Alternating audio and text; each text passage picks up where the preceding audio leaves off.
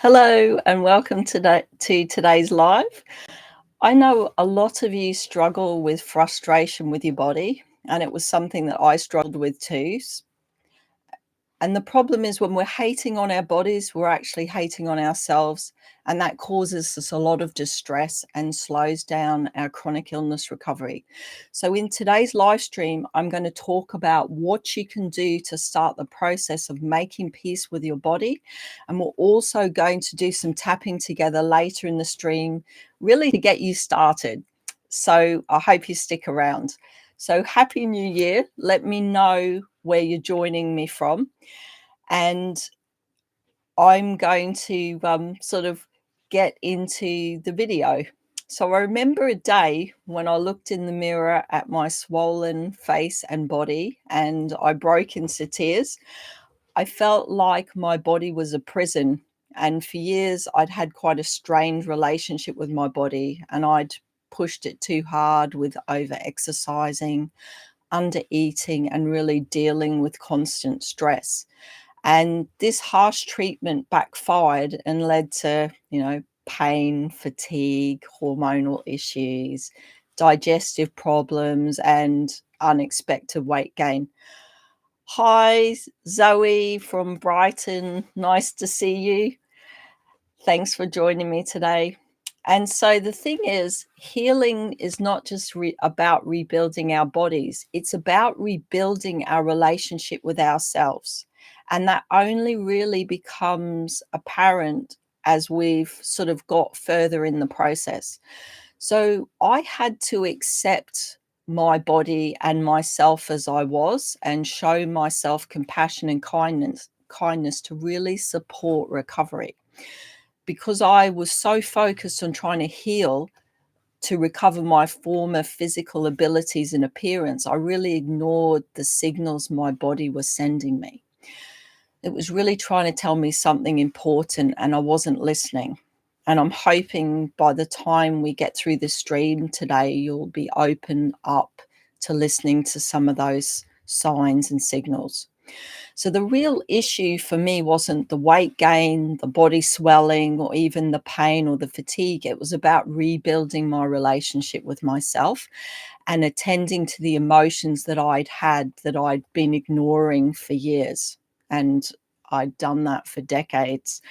So what worked for me, and I see work for my clients, is really shifting our focus to rebuilding that relationship with ourselves.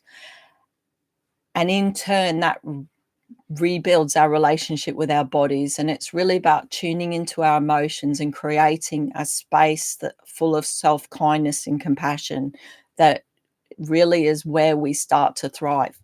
So for me, that meant rather than trying to shape my body into health, to instead focus on understanding its needs and messages, and really what those needs and messages were for me as a person, because our body and our unconscious are really one and the same thing. And what this did was it really shifted so much pressure for me and helped me realize I wasn't broken. I just needed to tune into what my body was telling me and respond with care and understanding. So it really required a change in mindset and attitude so that the point of what I was doing really became so clear. So let me know if you can relate. What's your relationship like with your body right now? What do you think needs to change? And so while if someone answers, that would be really great. So I can see what you're feeling at the moment. And while people respond, I'm going to share with you a couple of strategies that you can start to use to become friends again with your body and yourself. It's really about reconnection. So stop for a minute and just think about your relationship with your body. Are you listening to it, or do you hate your body? Is it a partnership that you're in towards health, or are you at war? Does it feel like a prison? Because when we become aware of the way we speak to our bodies, it's really that first step in understanding how we speak to ourselves, because often a lot of us have some quite harsh self-talk, and we don't provide a kind and compassionate space for ourselves during our recoveries. And so our body, as you know, is designed to protect us, and it's really always focused on our survival. And so all these symptoms are really the only way that our body can communicate with us that something's wrong and that it's time for us to stop and listen. And that listening might require the pushing, the pressure, and the forcing that we all do to stop, and so that we can reconnect with our emotions, be in nature, shift into kind of self-talk, and provide that better environment for ourselves. It might require us taking action to really start honoring our own needs and not putting the needs of others before our own, because that's the other thing. Our body tends to talk to us when we're not making space for us, for our child, really. So I'm just checking the chat. Zoe says, I'm frustrated with my body, especially when it won't do what I want it to do or can't keep up. Yes, that is very common. Hopefully today's tapping that we're going to do together will help you to start breaking down some of that frustration, Zoe. And Jane says, hi, I've had poor health for decades and just beginning to realize how negative I can be. Yes. And the thing is, Joan, negativity is absolutely fine. It's no problem to think negative thoughts. We all do. It's actually acknowledging that negativity, those emotions that go with it, and using tools like EFT to start to release them. That's when we can start to heal, because we all get stuck in those loops of those thoughts. But often there's a lot of pressure on us in society to be positive all the time. And all that does is lead to repression and suppression of those emotions. So honor those feelings. And we've got powerful tools like EFT, so you can tap on those thoughts that you're having. And hopefully, if you stick around till later in the stream, you'll get to experience that. And it's great that you've actually acknowledged that, Joan, because that was for me, that was the first step when I realized that. So once we're aware that we've got this way of relating to ourselves and our bodies, it's really then about listening. And healing's about listening to those messages and addressing those areas in our lives which are out of balance. And that's why we get the messages from our bodies during times of high stress, traumas, when we're not satisfied or safe with something in our lives. And it can be a positive thing as well. Often life transitions, our bodies start to speak to us. People might be very excited about going to university, for example, but that for myself was a time when my body started to speak loudly to me, because I came with a bucket load of perfectionism and pressure. So the last 18 months, my body has been speaking to me. I've been grieving. I've been working a lot, because not only do I have a small business, and it's a lot more work than it seems, but I've been my father's executor of his will, which has been a lot of work from another country. So I haven't been around much because of that. And I must say, I haven't really enjoyed the messages that my body's been telling me, but because I've learned to listen, when I did and I attended to things, that's when my health started to improve. So when you can reconnect with your body, it's easier to notice when it's trying to tell you something, and then we know that we need to course correct. So when I was dealing with chronic fatigue, I didn't understand that the reason my body was continuing to take my energy away was that I put so much pressure on myself to do things all the time, but also that I never attended to my emotions. I was always silencing them. And if you're dealing with something like fatigue, our emotions acknowledging our emotions are a big part of the recovery process.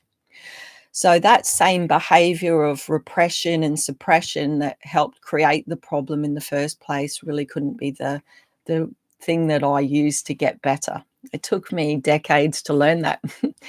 And there were emotional roots to the problem, and the body was really demonstrating those. As I said, our bodies and our unconscious, they're pretty much one and the same. So this is why when we try to cram in lots of healing activities, food prep, and we come from a place of pressure, it's such a bad idea, because the body is sending a message that it wants space and time. It wants you to listen and really attend to how you feel emotionally, and to stop ignoring that. And we think that it's what we need, but actually overriding how our body is feeling to do stuff to heal, which we feel is what we should do, is really ignoring the messages. So starting to listen to our bodies makes healing a lot easier. And that can be as easy as noticing a symptom and asking your body, what are you trying to teach me? What do I need to learn from this? If there was an emotion behind this symptom, what would it be? Is there part of me that's angry, sad, frustrated? And what would that be about? And when we start to engage and become curious, the patterns become easier to see. When we get symptom flares, that's usually a time there's a lot of emotional pressure or stress. And then it's easier to know what we need to do. And we become a whole lot kinder to ourselves in the process, which was really what this is all about. So I'm just going to check in with the chat. So Joan says, so true. People say I'm positive and support others, but the negative side blocks my kindness to myself. I need to find a way to listen to my emotions. Yes, absolutely. And it becomes, when we do that, that's where that space for self-kindness. We are very good, as you say, Joan, at showing kindness to other people. And we're not so good at showing it to ourselves. And it's really important that we do. So what I always do now when I'm starting to be a little bit tough on myself is ask myself, if this was my best friend, would I talk to them like this? How would I talk to someone? How would someone who feels kindness and compassion for themselves talk to me in this moment? And that helps really create that shift. So if you feel like you're at war with your body or you feel disappointed with it, I'd encourage you to try Louise Hay's mirror work exercise. Many of my clients do it because it's a way of really reconnecting with themselves. And some like to use affirmations, like telling themselves they're doing good. Because when we look into our own eyes, we see the humanity in the suffering. And I've been doing it a lot myself, because when you're doing things like executing a will, there are so many different decisions to be made, and some quite tough decisions as well, and a lot of pressure, I found. And so I had to remind myself, I looked in the mirror in my own eyes and said, Rachel, you're doing okay. You are okay. And when we look into our own eyes and we see the humanity in our suffering, we see our body as it is, we see ourselves as something that needs nurturing and kindness. And you could validate your own experience by reminding yourself that you see and know what you've been through, because we often feel invalidated by other people. Give that validation to yourself. So as Louise would suggest, affirmations like, I'm safe.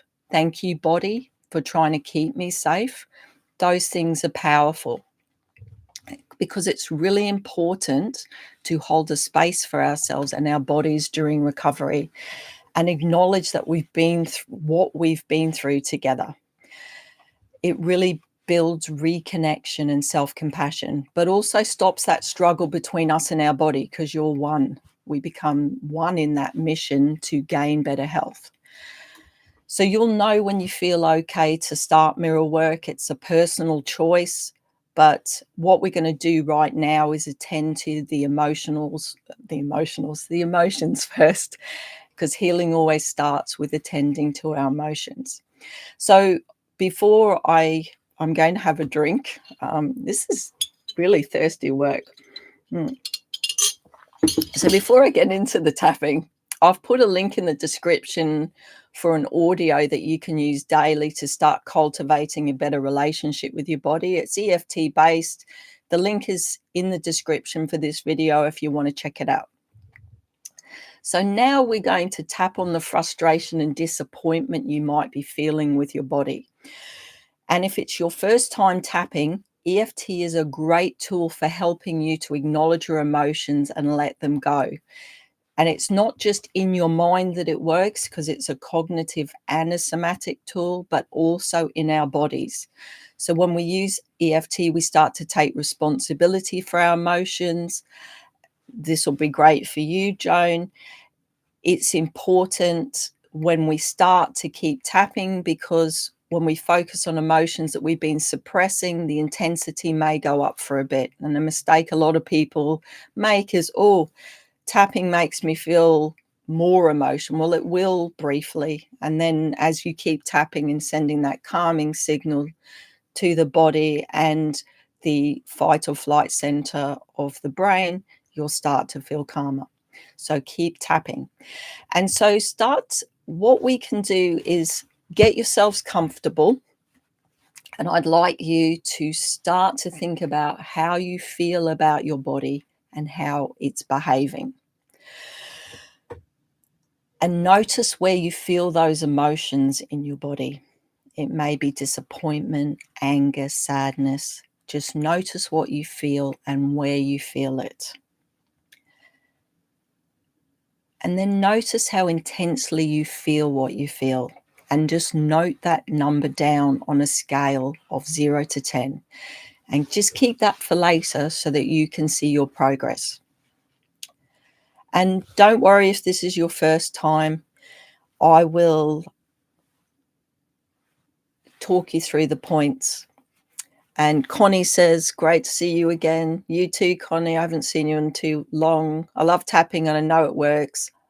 I'm Cara from Southern California, and you're right about connecting honestly with your body. Terrific. Well, lovely to see you, Cara. So I would like you to start tapping on the side of your hand and just repeat out loud if you're in a place that feels safe that you can do that. Even though I feel deep frustration and disappointment with my body, I'm here today to face these feelings and let them go.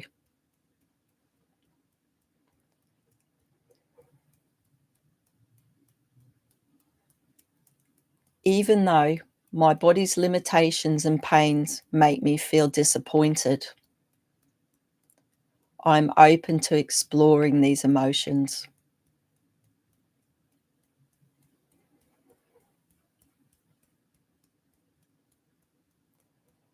Even though it's hard to accept the struggles my body is going through, I acknowledge my feelings and I'm okay. Okay, so just take some nice deep breaths and we're going to start tapping around the rest of the points and I'll talk you through them. All this frustration with my body.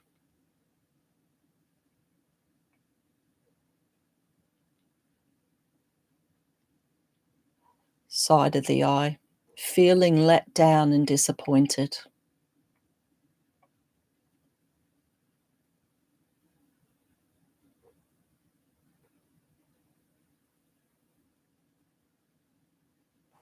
Under the eye, all these symptoms I'm experiencing.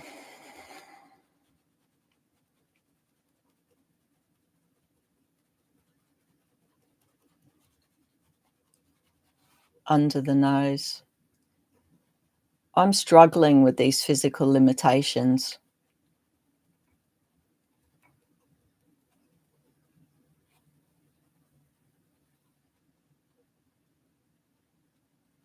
Chin point, feeling so let down by my own body.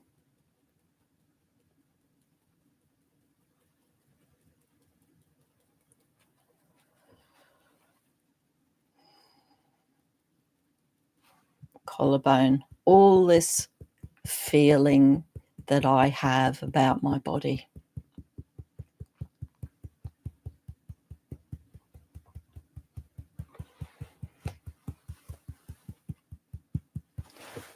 Under the arm. It's so hard to deal with this.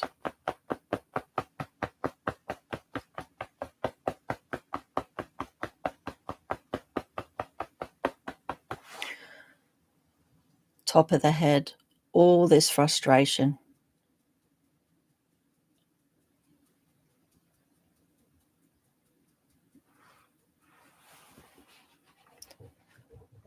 Eyebrow. It's okay to feel how I feel.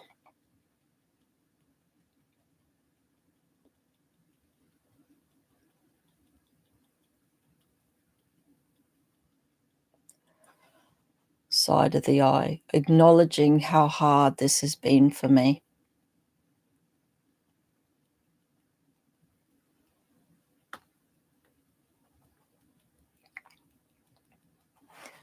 Under the eye, acknowledging that it's okay to feel this way.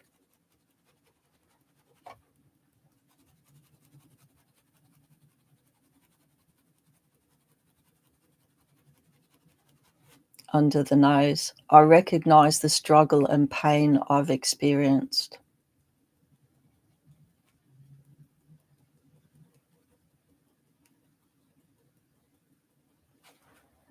Chin point, allowing myself to feel these emotions.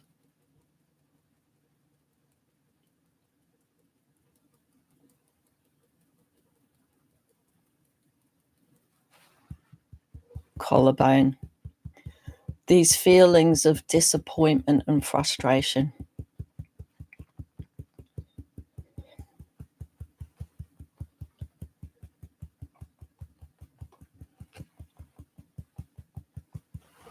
Under the arm, it's okay, my feelings are valid.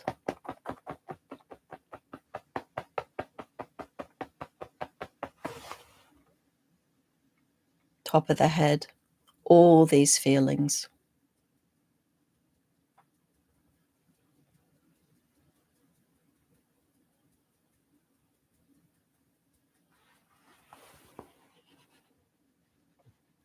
Eyebrow, feeling overwhelmed by the way my body behaves.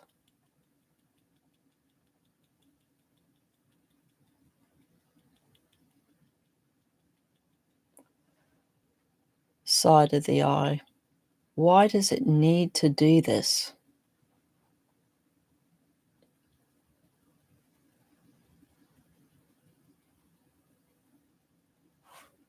Under the eye, it's tiring and frustrating.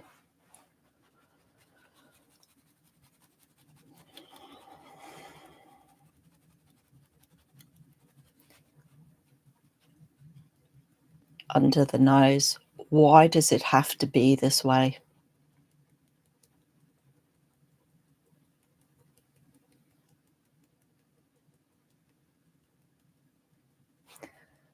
Chin point, I feel so let down.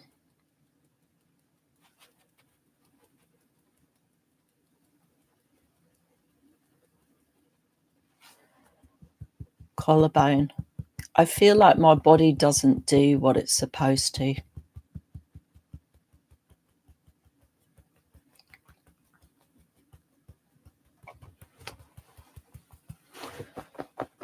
All this frustration.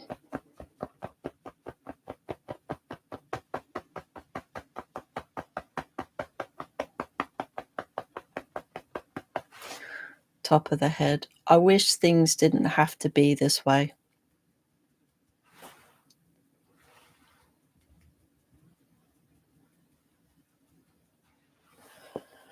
Eyebrow, I know my body's sending me messages.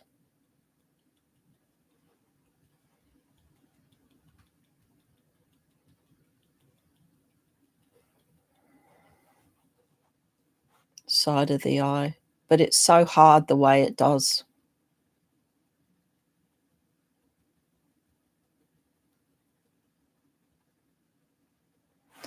Under the eye. I'd like to understand what it's trying to say.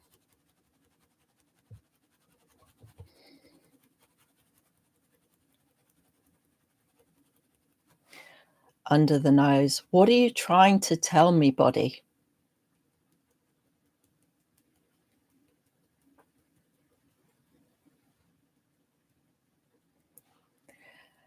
What is the message you want me to know?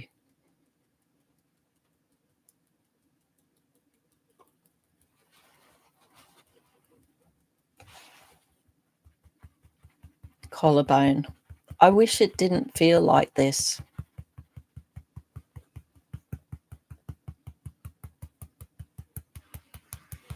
Under the arm. I wish I could feel more compassion.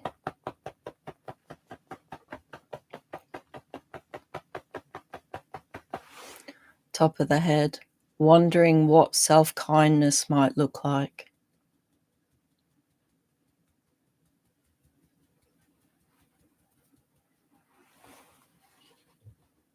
Eyebrow. Maybe I can start to be a bit kinder to myself and my body.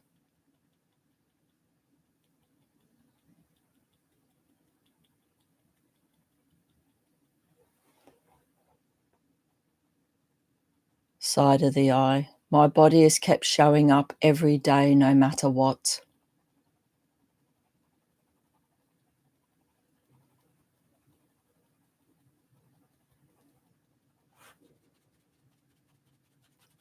Under the eye. I can see it's been through some tough times, just like me.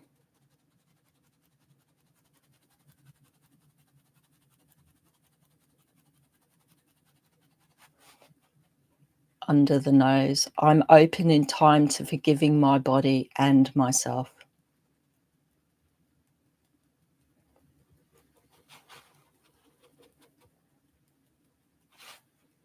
Chin point. Maybe it's okay to let go of some of this frustration and disappointment.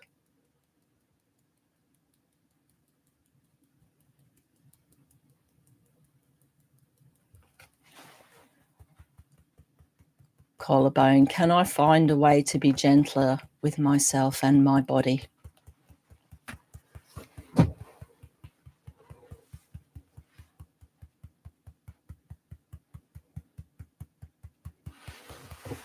I'm open to the possibility of seeing my body differently.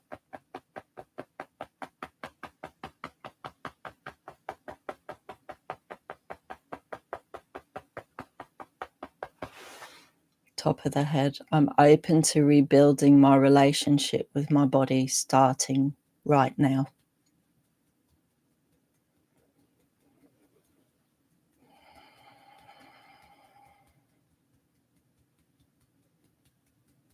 Okay, so we just stop tapping now and just take a couple of nice deep breaths in and out. Hopefully by this point you're feeling a bit more relaxed and you've started to release some of that emotion. And so I'd like you just to tune into that feeling of disappointment and frustration with your body and just see how it feels now. I'm feeling quite relaxed myself at the moment. It's always like this on a live stream. When I do some tapping, I'm a bit blissed out by the end of it. So just let me know if you want to in the chat how you're feeling now. And if you still feel that it might need a little bit more work, then just keep tapping and just talking about how you feel. Or if you're really ready to start talking to your body with a bit more kindness, then you might like to try that free meditation. It's interesting, isn't it? Our body is designed to keep us safe and it's designed to have our back. And that's exactly what it's doing with the symptoms. It's just the way that it communicates with us that's it's kind of the frustrating thing. So I hope you've enjoyed today's live. Let me know if you've enjoyed it. And there'll be another one in a fortnight's time. I'm going to be doing something on anger, which people voted for. So I will see you on the next live stream. Joan says she feels less anxious. That's fantastic, Joan. That's great. Make sure you keep going with the process. Thank you. Zoe says feel calmer. Wonderful. That's what I like to hear. Right, everyone. I hope you have a beautiful rest of your Saturday, and I will see you next time. Thank you. Bye.